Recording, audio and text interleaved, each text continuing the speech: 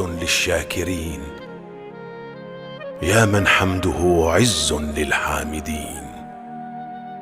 يا من طاعته نجاة للمطيعين، يا من بابه السلام عليكم ورحمة الله وبركاته. مدني وينبكوا سو دواده برنامج الشريعة والحياة aan idinku soo gudbino muxaadarooyinka su'aalaha diiniga ah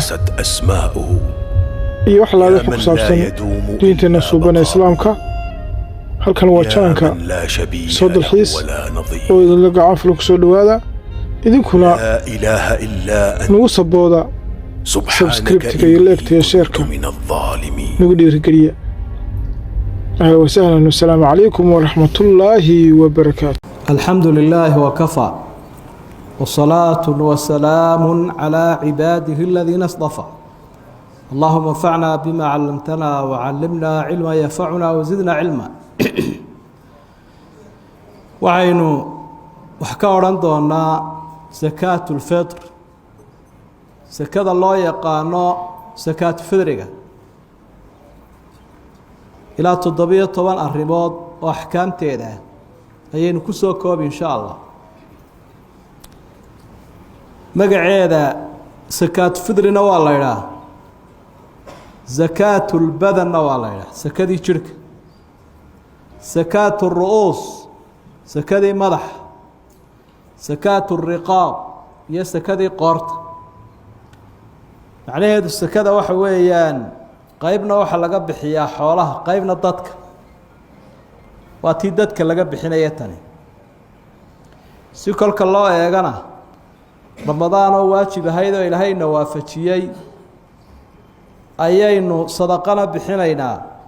salaadna tukanaynaa mahadnaqa oo ciidda ah. sakadaa iyada ah culimada qaar waxay ku yar ishaaraan aayaddaasay ku fasiraan qad aflaxa man tazakkaa. waxaa liibaanay qofka sakaat fidrigii bixiyey, wadakara sma rabbi magaca ilaahiisana xusay oo allahu akbartii ciidda akhriyey, fasallaa tukaday salaadii ciiddana. qodobka u horeeya waxa weye tacriifkeeda. tacriifkeedu waxa weeye sadaqo la bixiyo ama raashin la bixiyo marka ramadaan laga afuro, raasinkaasoo waajiba. waxaana la waajibiyey sanadii 2 hijrada sala allahu calayhi wasalam, markuu nebigu sanad joogay kii 2 baa la waajibiyey. arrinta labaad waxa weeye sakadan xukunkeeda ma sunna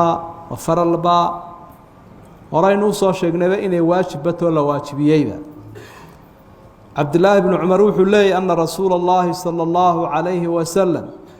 farada zakaata alfidri min ramadaan.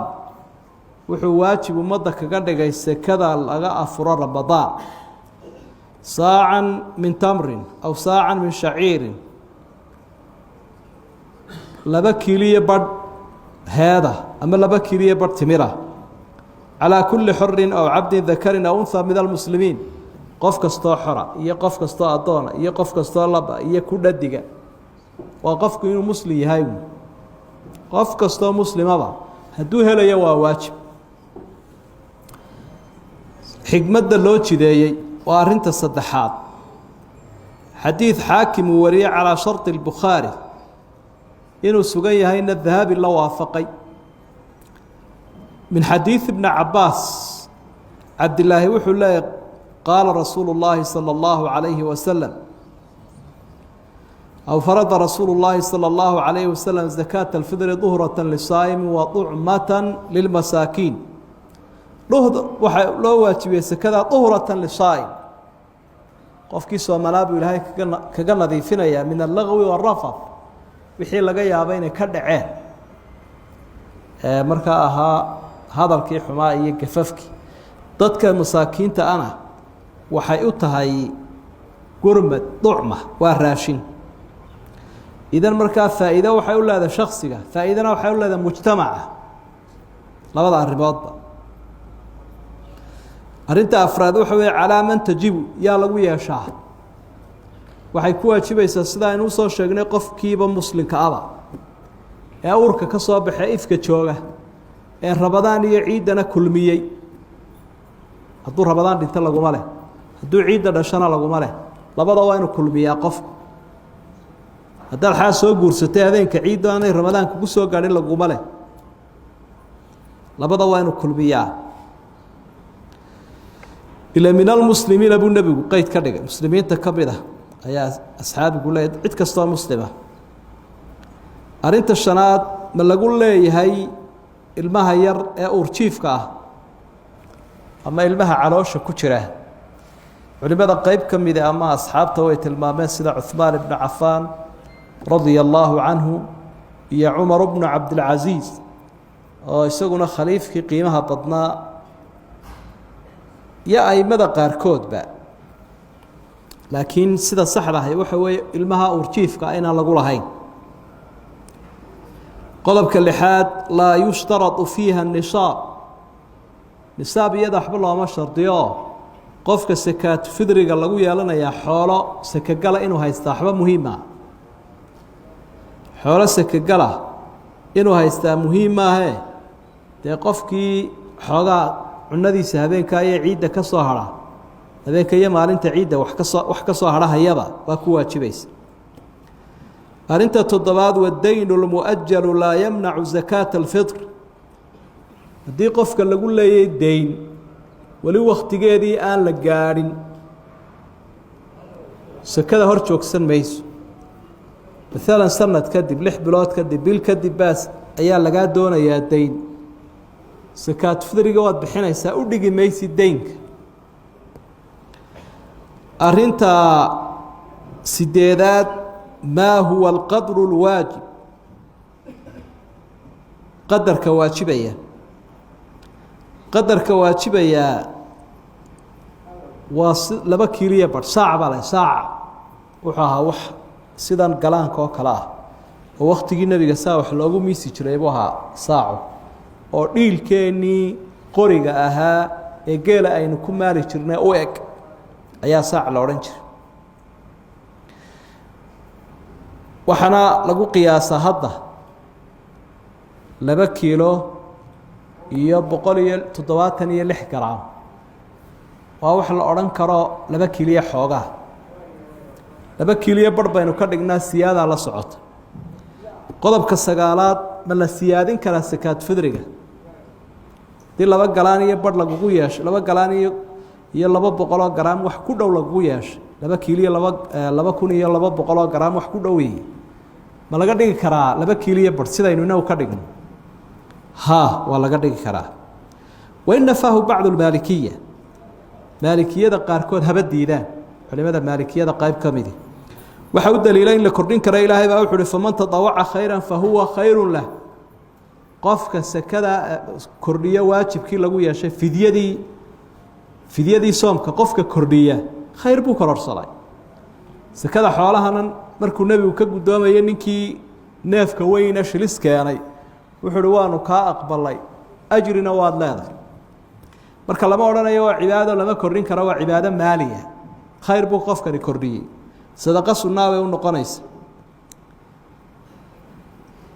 oo cibaado maxdiya ma aha waa cibaado maaliya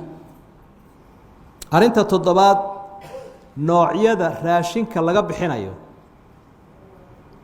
waxa laga bixiyaa wixii quuda laakiin wixii sharaaba faakihaysiya midhaa ee macna khudrada فروت كوحن لا لقى ما بحنيه كوا لأنه كيد ما قلام راشينا معها بركوا حياة برجي هلا أصحابته يبحين شراء وحكم ده ما حديث كباكو شجعان تمرتا هذا سبيبك على بورها ما شاء الله هذا قمدي ده سريانك يا هرور كي عرب خده أمام السجادة إياها ويسكون نوعه يجونا marka shay kasto oo noqon kara raashin ayaa lagu bixinaya saadaradeed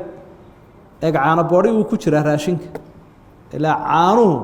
cunana weeyeen cabidna weeyeen labadaba isku darsadeen aqid baana bariga hore la oran jiray waa caana la qalijiya qato waxa marka aan lagu bixinaynin midhihii beerbiyoodka ka soo baxay cambayaashii leenti wixii nooca waxaan lagu bixinaynin bahashii la odhan jiray sonkorta oo sharaaba iyo saliidda oo iidaana kuwaas iyagu maha raashin qodobka 11 hal yajuuzu ikhraaju اlqiima lacag ma lagu bixin karaa aimadu may banaynin intooda badani abu xaniifa quraa baneeyo yidhi lacagtaa miskiinka u roon qowlka raajixahina waxa weeye in lagu bixiyo raashin maadaama uu nebiguba sala allahu calayhi wasalam wakhtigiisii raashin ku bixin jiray lacagina jirtay lacagta muu bixinin markaa marka way jiraan culimo dhowrahoo casrigan ahoo le miskiinka waxa u fiican lacagtiiba qowlkii abi xaniife qaatay iminka innaga raashinkuna waa fiican raashinka lagu bixinaya arrinta 12aad wakhtiga sekadan la yidhaha sakaad fidriga ugu habboon ee la bixinayo ama ay waajibaysaba culimadu waxay isla waafaqsan yihiin inay waajibayso marka rabadaan laga afuro ee la dhammaystira rabadaan hadday 29 iyo hadday 30 waa habeenka ciidda markaasay faral noqoto marka habeenka ciidda mar hadday waajibtay waa la bixin karaa subaxa ciidana ka sii fadli badan oo nabiyullaahi maxamed sala allahu calayhi wasalam waxa uu bixin jiray subaxa ciidda qabla alkhuruuji ila salaa intaanu salaada tegin sida aayadda aynu soo akhrinayna culimada qaarkood ay ku fasireen kunaa nukhriju fii cahdi rasuuli illaahi yowma alfitr saacan min طacaamin ayaanu bixin jirnay maalinka ciidda ba idhaah asxaabtu marka maalin kol haddii la idhaha waagu wakhtigu baryo weeye arinta 13aad hal yajuuzu tacjiilu haadihi الzakaa fi ramadaan miyay bannaan tahay sekadan rabadaan dhexdeeda in lasii qadimo culimadu haabay u badan yihiin laakiin qole waxay leeyihin rabadaan dhexdeeda qolena waxay leeyihin 3 cishe ugu dambeeya ayaa ka sugmay asxaabtu inay qadimi jireen laba sabab bay leedahay in rabadaan soo gasho iyo in ciiddu timaado labadii mid ka mid a haddii la helay oo inay rabadaan soo gasho ah waa la sii qadimi karaa ayay leeyihin waa la sii dadejin karaa fii ramadaan kol hadduu qofkii isaga ah labada sababide waxa weeyaan inuu rabadaan soo gashay ka kalena waxa weeye inuu nisaabkii hayo wixii uu ku bixin lahaa labada sabab waa kuwa arinta 14aad liman tusrafu haadihi الzakaa sakada yaa la siiyaa ma 8 qolo ee aayadda qur-aanku ay sheegtay suuratu tawba ee ilaahay uri inama الصadaqaatu lilfuqaraa'i والمساكين والعاملين عليها والمؤلفة قلوبهم وفي الرقاب والغارمين وفي سبيل الله وابن السبيل بسيدات داسا الله قيبين يسكات فدريا بس قلا قارة علماء waxa ay u badan yihiin in la siinayo fuqarada iyo masaakiinta sidii waqtigii nabiga ahayd sallallahu alayhi wasallam oo aan ku daymooba iyo musaafir iyo waxba la daydayn maadaam ducmatan للمساكين ونبي يقول وحي راشنو تهي مساكين تكون دوري فقير يا مسكين ما بدا صوب على سين دونا لكن سيدات دي كلا وحبا لدون دوني مايو هذه يجيسو نفسها سوها رسولك صلى الله عليه وسلم دقا كيس سكذني يدا هداينو أرقناي داد كي لسيني مصرف كيدا ها ميشا لغو بحينيو يا ند سين كرينين أدوغو musakigii haddaad qofkii bixinaya haddaad dadkeedaanad siin karayn ila sekada xoolaaba waynu soo marnay kuwaana si kuwana ha siin kuwii la siinaya tan soo aragnay yaan la siinayn waxaan la siinaynin dadkii loo diidi jiray sekada xoolaha oo koow ay ka yihiin aalu beytka rasuulka sala allahu calayh wasalam nabiga xigtadiisa iyo qofkii aan muslimka ahayna gaalka ahaa iyo qofkii maalqabeenka ahaa ee xoolo isagu haystay dee iska wanaagsan oo masaariiftiisa haystay iyo adigaaga bixinaya caruurtaadii iyo kuway sii dhaleen waalidkaagii iyo kuwii kuu dhalay aduu dadkaad dhashay iyo dadkay dhaleen waxaa intaa lagu daraya xaaskii oo iyadana aanad siinaynin sekada arinta 17aad هل يجوز نقل هذه الزكاة sakadan intoo gobol laga qaado gobol kale miyaa la geyn karaa taa waxay kala mid tahay sakadii xoolaha oo haa asalku waxa weeye sakaad fidriga in lagu bixiyo halkaad joogto laakiin halkaad joogto haddaan raashin looga baahnayn ama fuqaraba aanay jirin ama yar yihiin meelaha kale baahan baa la geyn karaa dadkeena dabadaha jooga waxay ku odhanayaan raashin cidaanu siinoo qaadanaysaa ma jirto marka halkan ay u soo diri dadkan baahan ee raashinka u baahan arrinta 18aad aynu kusoo gabagabaynaynaa waxa weeye sakadani haddii ay qofkii bixin lahaa dhaafto maalinkii ciidda maxaa la yeelayaa dad baa ilaawaday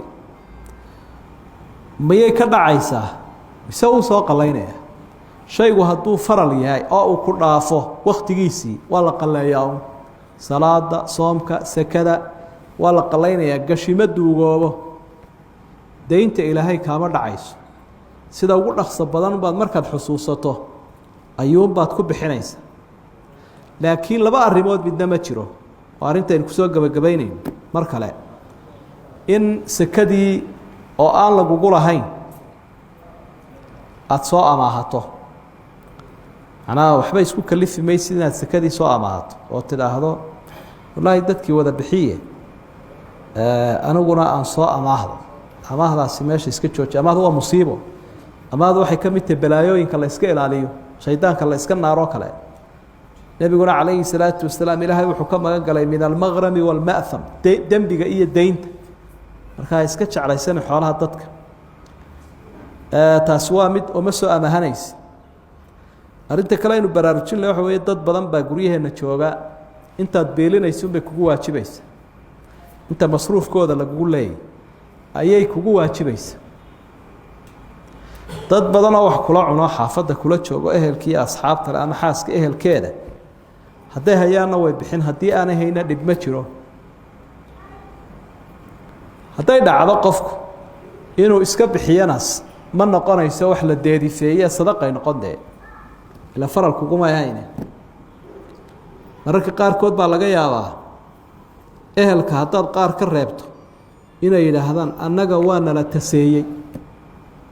cidibadan nagama leh sakadii ilaahayna laga bixin waa ilan jahligu waa musiibo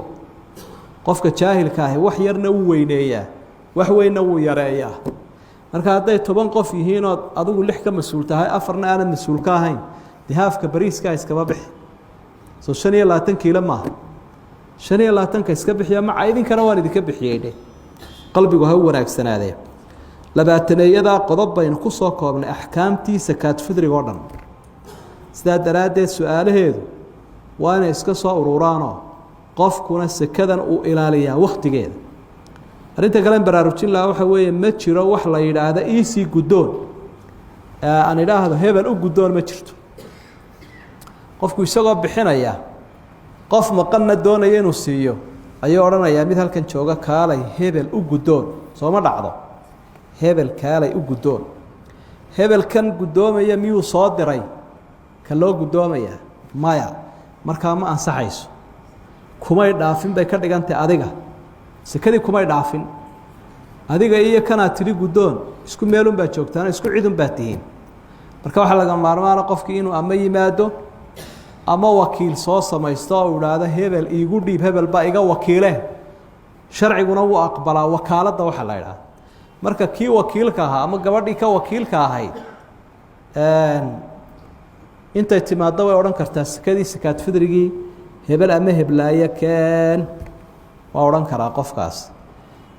laakiin haddaad halkaa u dhigto qofkii oo tidhaahdo hebel baa u guddoomay ama hebel baan la sugayaa wakhtigeedii faralkaa waa dhaafis waa salaadaad wakhtigeedii dhaafisay oo kale waxaa dhici kara dadka arrin kaleo aynu ku darayno wey inagoo ka duulayna su-aalaha inagu soo noqnoqda dadka debadda waxaa laga yaaba qof ninku inuu debadda ka shaqaysto xaaskiisa iyo ciyaalkiisuna halkan ay joogaan sidee buu u bixinayaa de xaaskunbuu wakiilanayaa wuxuu leeyahay sakadaadii iyo sakadaydii iyo tii ciyaalkaba adaan heblaaye ku wakiisha ee inaga wada bixi afka bariiska ama gadbadda bariiska ah hana odhanin dee dumarka lama wakiisho iyo wakaaladiyo kama ansaxdaha odhan siday soomaalidu u yidhaahdaan waxay gowracaanba ma ansaxa dumarku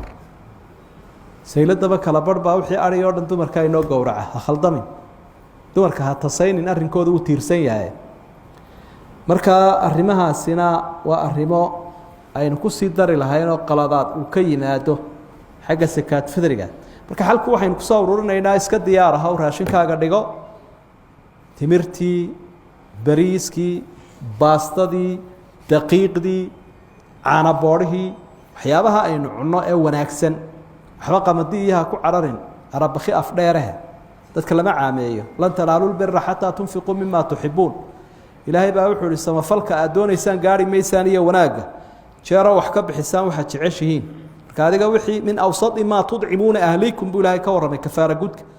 kafaara gudka marka bixinaysaan ka dhexe bixiya buu reeriina siisaan marka kaa wanaagsan ayaynu bixinaynaa xataa haddii aad basmaatiga iyo bariiska soomaha laba dabaqadood ama saddex nooc buu dee bariisku ka yahay mid reermiigaa qaata mid waa gantafuuri mid kale waaba kii baasarca ahaa iyo basmaatigii aada u fiicnaa kaa fiican qaad laga yaabo gadbadda in la siiyo $30 ama maaragtay mar walba cibaadadan wanaagsood ku xaragootaba adigaa sii qurxistay